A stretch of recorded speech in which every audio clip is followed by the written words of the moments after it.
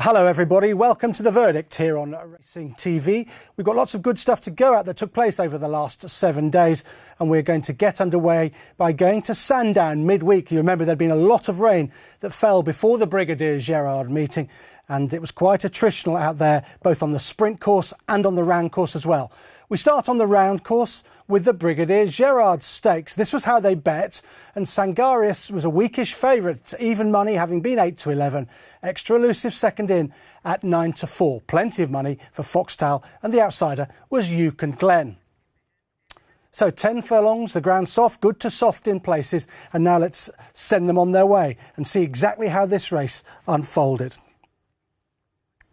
And the first thing to talk about is the early pace of this contest, and it was strong.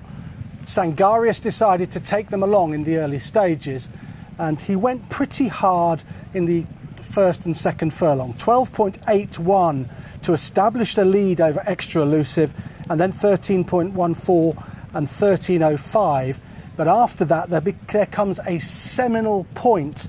At this stage, all is well for Ryan Moore out in front on the rather keen-going Sangarius, but he'll get taken on by Extra Elusive, who's in second at this stage before they go into the home straight, and that fires Sangarius up. Let's just stop them there. There's Euchen Glen. He's right at the back, and he's going to benefit from effectively something of a pace meltdown, and indeed the front of the market being disappointing. Here's Sangarius, and the horse I'm referring to that's a bit of a spoiler for Sangarius is Extra Elusive. And the furlong I'm going to refer to comes up fairly soon. Holly Doyle on Extra Elusive. She'd been happy to sit off Sangarius, but now she makes a move. And Sangarius goes from a furlong in 13.05 to one of 12.33, full of 12.1 after that, as Extra Elusive gets to his girth there and fires him up. And to some degree, that has cost him the race, because it's made him race too freely, and it's made him do a little bit too much out in front, courtesy of Extra Elusive. Look at Foxtel. He's back down towards the inside here. He was strongly fancied and very well backed. However, he was far too keen in the conditions. Remember, they were pretty attritional. Good to soft, soft in places, but the times were pretty slow, suggesting more soft than good to soft. And he pulled far too hard, and he had absolutely no chance pulling in that ground. Now Extra Elusive is in trouble under Holly Doyle. Sangarius has got a clear lead over his main market rivals, but now Euchen Glen begins to roll. And as he does up the hill, it's important to note that even though he wins, his finishing speed percentage was very poor indeed, 96.01. So even though he's won, and even though he's gone past all of his rivals in the final 3 furlongs, he is getting slower and slower and slower, and he was almost walking at the end, and that showed just how tired the others were as well in the race. His final furlong is of real interest. There it is. That is so slow. 15.56. That is incredibly slow. And if he's going that slow, how slow are Foxtel, Sangarius and Extra Elusive going? Well, they're absolutely walking. Foxtel pulled too hard, he fell away. Sangarius was a bit keen, then got taken on, and then he got fired up, and that did for him. And Euchen Glen has picked up the pieces, but he's picked them up very, very slowly, and has just paid for the pace meltdown that there was in the race, courtesy of Sangarius. You can see Foxtel there going up and down on the spot right on the inside. And Euchen Glen, although he's very tired, and although he's very slow at 15.56 to the last furlong, he still has won the Brigadier Gerard. And we've got to give huge credit to Jim Goldie, who really has nurtured this horse's career in brilliant fashion. And this is a super success for this horse. We'll just have a look at the head-on once again. You'll see here Extra Elusive pushing Sangarius all the way around that bend. And then Sangarius did that 12.1 just after they straightened up. Then he got tired, 14.83, 12.65, and then a 13.31. starting to get very tired, and Euchen Glen comes down the outside and picks up the pieces. You could argue that Euchen Glen's improved £10 if you wanted to look at this from a collateral form point of view. I don't think he probably did. I think circumstances really helped him out here. The soft ground, the very strong gallop in the conditions, and being given a patient and excellent ride by Paul Mulrennan, and he picked up the pieces. I'll give Sangarius a pass on this. I think he ran really well. He was just doing too much in front under Ryan Moore, under what was quite an aggressive ride, and he wasn't, as I said, helped by Holly Doyle. But Euchen Glen, fabulous old horse, done really well to win this, and it's a big feather in Jim Goldie's cap. There's a reminder of the result that he was 20 to 1. He was a big drifter, Euchen Glen, and he beat Sangarius, the even money favourite. The winning margin was 4 1/4 lengths. The next race we're going to have a look at here in the verdict was the 6:15 from the Sandown Park. It was the 2-year-olds in action. It was the National Stakes, listed event over 5 furlongs, with Novello, the weakish favourite at 2 to 1, out from 6 to 4. Chipotle 85 to 40, and Ebro River a 4 to 1 shot. Let's have a look at exactly what happened here. And it was Ebro River who did the business. Now, let's just highlight him there. He's missed the break quite badly. There he is, right down towards the inside, but he was quite slowly into stride. But nonetheless, he got lucky in this race because the inside stayed clear for him, and he got a beautiful run. He never looked as if he was going to be in trouble. They tended to just steer off the rail. It's Little Earl who's just in front at this stage. And look at that. They've left a gap against the rail, and Ebro River is able to get through. Let me remind you, pretty soft ground up the home straight at Sandown on Thursday night. And I looked at the sectionals here, and I just read them out. 15.16, 12.01, 12.30, 12.21, 13.66. And I thought, well, there's no one singular impressive furlong there. There's no real acceleration. But I think that's because these young, inexperienced horses are encountering soft ground. They're racing uphill as well, and we must make allowance for their times with that. Now he's got into the clear, and he's going to quicken up well. His finishing speed percentage, 102.14. His final 3 furlongs, 37.98. And that despite this really bad drift coming across towards the stand side. He was over there against the rail, remember, and now he's on the drift all the way across towards that stand side. But nonetheless, he was good enough to carry on going forward and get the better of Little Earl and Novello back in 3rd place. Stall 1 beat stall 2, beat stall 4. He's probably a pretty useful individual, this fella. If we look at the head on, we'll just see the great run that he got there up the inside. He's travelled very strongly through the race. This came on the back of a win at Doncaster, where he's travelled very smoothly and found a lot for pressure. But this drift would be a little bit of a worry. Perhaps now, at this stage of his career, put it down to greenness, that you would be a little bit concerned. He's gone a long way, and he's even gone into the whip when the whip is drawn. So that is just a little bit concerning. But nonetheless, he wins the National Stakes. It's a pretty good race, I think, overall, and possibly he'll be heading towards the Coventry next. He's got options at Royal Ascot, one would have thought. And he's one of the better 2-year-olds that we saw in the last 7 days, but just by way of a tease, I think I've got an even better one coming up for you a little bit later on. Here's what he did. He won at 4 to 1. He won by 3 1/4 lengths, Ebro River, and he beat Little Earl at 18 to 1. Novello went off favourite. He was back in 3rd, and 7 ran in the National Stakes. We're going to turn our attentions on the verdict now to Haydock Park. There was some very good racing there towards the end of last week. And I'm going to start with what I think was a very competitive handicap. I think it'll work out well. It was the 1:15 at Haydock, a handicap over 1.5 miles. And it was won by Quickthorn, who was 3 to 1. Labib 100 to 30, 4 to 1 Master of the Stars, doubling dice 4s at 13 to 2 and 9 to 1 the bottom 2. But this winner was pretty impressive. Let's take it from the start and just have a look at the early part of the race. And the reason I think he's impressive was they didn't go very hard here early on. Master of the Seas, I think, got something of an easy lead out in front, and he was able to dominate this race. Let's pick up the winner at this stage so you can follow him through and see what sort of run he gets. There he is, held up off the pace. And the significant thing that we'll highlight later on is that he's got a very sharp turn of foot. He's bred to stakes, he's by Nathaniel, but the dam was by Oasis Dream, and that gives him plenty of speed. And you'll see that later on in the piece, he does quicken up in tremendous style. Now, there's a little bit of a fight for the lead early on, with Master of the Seas down towards the inside, but he'll make his way to the front in the moment, and then he'll steady it down just a little bit, and will roll along in front for quite a long way, but he just doesn't have a response to the speed of Quickthorn, who goes away to win by 8.5 lengths in the end. This is a very useful individual.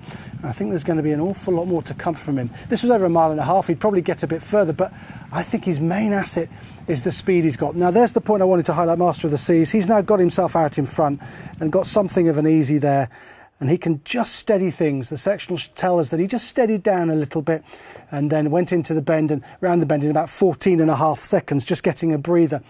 I was looking at all of the course track sectionals for Haydock Park, and it is very interesting on the round course how generally they slow markedly on the bend and mostly run 14.5, maybe a little bit more when they go round the bend. And if you look at it, it's pretty sharp. Any angle you look at it, particularly if you look at the head on, it really is quite a sharp bend into the home straight. That's why they steady up, and then they go again when they get into the home straight. And I think that's why it does suit front runners, this track, to a certain degree, and therefore with Quickthorn we really mark up what he's done. This is where they steadied, and they got, well, 14.5 plus round here. Look, they can see how sharp it is there. That's why they have to steady so horses can remain balanced, and then they pick up now. Now look at Quickthorn. He's going to angle out in a moment, and he's going to show a tremendous turn of foot to go and land this. I don't know where he's going to go after this, but I know that he's a very useful type. And this was, I think, a pretty strong handicap. Master of the Seas, he's got control of this race now from the front. Having steadied round the bend, he's able to go again. He's down the middle of the track. And he's looking to put this race away. And for a while, as Quickthorn is now just niggled in behind, you think, well, he might go and win this now, Master of the Seas, but Oisin Murphy's got things covered. And now here we go, the crucial point. From the 3 to the 2 marker, Quickthorn fires an 11.98, and that puts the race to bed. He then slows down in the final furlong thereafter, but it was all over. That burst of speed from 3 to 2 to go and get to Master of the Seas, and then to stay on really strongly in the closing stages. That's what's won in the race. And just look how far he's pulled clear in the end. That is a really, really impressive performance. If you look at the head on, you'll see him change legs when Oisin Murphy gets hold of him, and then he clears right away and wins as he liked for some decent types in behind. I think some of these horses in behind will be winning races. Labib ran on quite well in the closing stages. No match for the winner, but he ran on quite well, albeit looking still a little bit green to grab 3rd place. But this winner, Quickthorn, has done this very comfortably indeed. There's going to be an awful lot more to come from him. I really liked what he managed to achieve there, and it was that one individual furlong, the 3 to the 2, that put this race away, and he did everything for speed. What did he beat? Well, he won by 8.5 lengths. Here's the full result. Master of the Stars did hold on for 4-1 for 2nd place, but no match for Quickthorn. The winning time 2 minutes 36.47. Well, from a very good performance over 1.5 miles at Haydock Park, let's turn our attention to the sprinters over 6 furlongs. This is how they bet for this Betway handicap. Bielsa was in there at 4-1, Capote Stream 9-2, Musicality 17-2, Helvetia 9-1, Coldstare 10-1, 10's Hyperfocus. It was a 12-1 and bigger the rest. You've got to go down quite a long way to find the winner. 18-1 from 22s though. Someone fancied him. Punch Bowl Flyer. Now this race was affected by the draw. I think we have to say that. He came from stall number 6, the winner. There he is, just in there. And the other 2, 2nd and 3rd. Bielsa 2nd, he came from 14. And the 3rd was Bernardo O'Reilly, who came from right next door in stall number 15. And, well, we had a difference of opinion. We had a split here, send them on their way. And Bielsa, in particular, is unlucky not to win this race, in my opinion. Punch Bowl Flyer jumps keenly, and he just about makes every yard of the running over on that far side. Here he is, just in there, and Bielsa's right down here. So they're both on different sides of the track, and that's going to be very important when we get towards the end of the race. I think you just wanted to be over far side. How was this race run? Pretty strongly. 14.11 for the Punch Bowl, 11.49, 11.66 and 11.71, and then he got tired. Oh boy, did he get tired late on. 12.23 And then his final furlong, oh boy was he just clinging on, because I can tell you that his final furlong there was 13.65, so he's gone 11.66, he's gone 11.71, then he's getting tired. This point now, 2 to 1, he's hit the 2 now, he goes 12.23 when he gets to the 1 pole for this particular furlong, and then he slows down another second and a bit in the final furlong. He is clinging on grimly. Petrol gauge is on empty. Now, here comes Bielsa down this side. This is a horse who went off favourite for the Wokingham last year. Things didn't pan out for him, and they've not panned out for him here on this particular occasion either. Once D'Souza got hold of him, he does miles the best of those horses that he raced with towards the stand side, but he can't get to the tiring Punch Bowl Flyer, who clings on desperately for his life in the closing stages. Bernardo O'Reilly ran very well. He stayed on strongly late on. He was held up over towards the stand side, and he ran on very well to roll out in 3rd place. That was a good effort from him. But I think Bielsa's a bit unlucky. He's surely now somewhere down the bottom of the weights will head to the Wokingham. I think he's a horse to remain interested in. It's a very good effort from Punch Bowl Flyer. He gave absolutely everything out there. He went hard early on, he went hard in the middle of the race. He paid for it late and was just able to cling on, perhaps aided by racing against the rail compared to where Bielsa was. Let's have a look at the Wokingham betting. Then I mentioned that Bielsa might turn up, and if he does, he's around about a 12 to 1 shot with various firms. Sky bet prices here for you. King's Lynn's favourite. He was quite an impressive winner over the weekend at Haydock as well. Pendleton 10 to 1, and then a whole host of them on 12s. But Bielsa, a bit unlucky there. I think he's definitely a player if he goes for the Wokingham at Royal Ascot. Here's the result then. Punch Bowl Flyer held on, diminishing nose. He was 18 to 1, a little bit of money for him. Bielsa, the favourite, he was quite well backed. Bernardo O'Reilly, 12 to 1, was 3rd, and True Mason was back in 4th place. A race affected somewhat by the draw, but nonetheless, it's form that should work out. Back to Haydock Park we go then for the John of Gaunt Stakes, the feature event on Saturday. And it's a Group 3, of course. It's over just a little bit more than 7 furlongs. This is how they bet for it. Kinross was co-favourite of 3 with Toro Strike and with Thanks. Safe Voyage 11 to 2, and Glorious Journey the same, along with the River Nymph 11s and bigger. The rest of them for this John of Gaunt Stakes. Kinross was your winner here, and this is a very good race. He beat Niord and Glorious Journey. Here they jumped out of 7, 8 and 6. There's the winner, the runner-up, and then the 3rd. So they're all drawn next to each other, a little bit wide. Now this particular race, I wanted to look at it not just because it was one of the feature events at Haydock.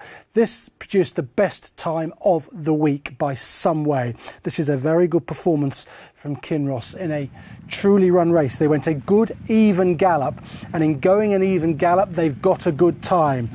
14.79 early on. You take 2 seconds off for a standing start, of course, so 12.79, and then 14.51, they just steadied it a little bit going round that first bend, and then it was nice and even from there on, a 12.87, a 12.07. But there was one standout furlong here, and it's just as Kinross got rolling under Frankie Dettori, an 11.84 furlong, the 3rd last furlong of the race, and he comes home really strongly thereafter to post a time form speed figure of 115. So this is some performance. This horse is probably capable of cutting it at Group 2 level. Here they are. We'll pick them out in the run. There he is. And there's the runner-up. Now, he's a fascinating horse going forward. He's actually trained by Jesse Harrington and won the Balmoral Handicap at Ascot last season at the back end. Niord, he's taken 2 runs to find his feet. Had 2 runs in Ireland. He's run all right, but he probably needed the run. This was miles better. And actually he needs a mile. This 7 furlongs is too sharp for him. But Frankie beginning to move up towards the outside here. And Kinross quickens up in tremendous style and fires at 11.84 sectional. Glorious Journey coming widest of all in those old Sheikh Mohammed colours, white sleeves. He's a grand performer at 6 furlongs and 7. I think 7 is probably just about his best trip. And he's run on perfectly well, but this was a very good time performance. Look at the winner now, picking up. He's got to the 1. He'll come home quite steadily, 12.97. He's just getting tired and paying for running quickly through the 2nd last and 3rd last furlong. Here comes Niord. He comes home strongly. That's an eye-taking finish from him. I think he'd be my eye-catcher of the week, Niord. I really do fancy him going forward, and perhaps fancy him for the Royal Hunt Cup. That really could be his bag. We'll have a look at the head-on as well. See, they're quite nicely bunched as they come down towards the 2-pole. And when they hit the 2-pole, they really are travelling. It was that 3 to 2 that was the fastest furlong of the race. And they really are travelling when they get to 2, then begin to run on empty a bit, and that's how Niord is able to make grounds and make inroads late on and pick them up. But this was Kinross at his very best. I'd say it's his best ever performance. I think it's certainly his best time figure, and there's going to be a lot more to come from him going forward. Frankie going to Haydock and bagging the big race, the John of Gaunt, but do make a note of Niord going forward. Good run from Glorious Journey. That is incredibly solid form. Really very, very solid indeed. Kinross holds a couple of entries, Sussex Stakes and possibly Royal Hunt Cup as well. Interesting that they've given him that Group 1 Sussex Stakes entry. 5 to 1 co-favourite. He'd beaten the Ord 11 to 1, and Glorious Journey was back in third at 11 to 2. A comprehensive length and a quarter success in a very fast time. That was a look at Haydock Park over the weekend. Let's take you back in time now and go to Hamilton on Wednesday, and I've picked out a really decent 2-year-old performance. Let's have a look at the betting for what was the opening race on the Wednesday at Hamilton. Atomic Force was 1 to 2, Lethal Levi 4 to 1. Bit of money for Tariq, 10s from 12s, and it was 12s Bungle Bay, 25s and bigger the rest. And the horse well, I'm very excited about is this Atomic Force, who wins this really well for Kevin Ryan and Kevin Stott. Let's send them on their way.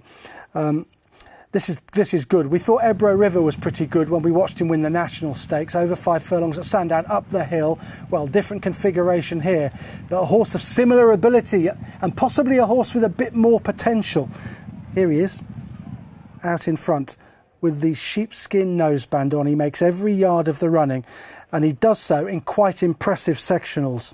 Now, of course, they're running downhill at Hamilton to start with, and then they into the dip, and then they come uphill thereafter. It's what he did uphill, which was perhaps more impressive. 14.15 early doors, and then a 10.99 as they rolled down the hill, then an 11.08.